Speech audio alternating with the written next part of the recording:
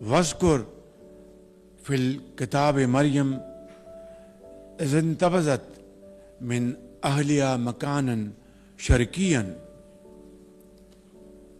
اس کا ترجمہ یہ ہے کہ اے محمد صلی اللہ علیہ وسلم، اس کتاب میں مریم کا حال بیان کرو جب وہ اپنے گھر والوں سے الگ ہو کر عبادت کے لیے خلوت اختیار کرتے ہوئے مشرقی مکان میں تشریف لے آئیں. مہمانان گرامی، حضرت عیسیٰ علیہ السلام نے انسانیت کو ظلم جبر سے نجات دلائی. وہ انسانیت کے لیے دست شفا تھے. We believe that Christ was messenger of God who promoted peace, love and affection amongst people. This was his core message.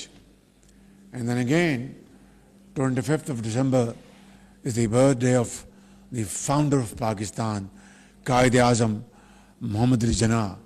And what a sheer coincidence that 25th December is the birthday of my leader, Muhammad Nawaz Sharif.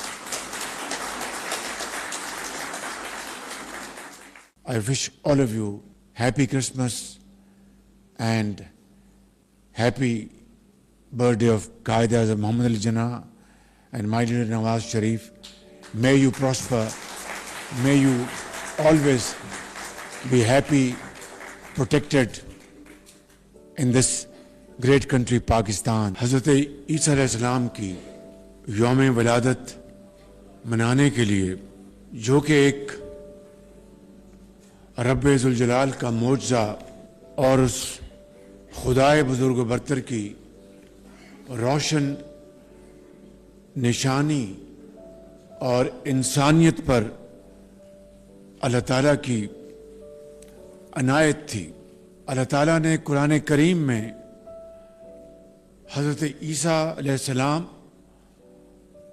اور ان کی عظیم والدہ محترمہ مریم be be سلام اللہ علیہا کا ذکر نہایت اعلیٰ انداز میں بیان فرمایا ہے، اور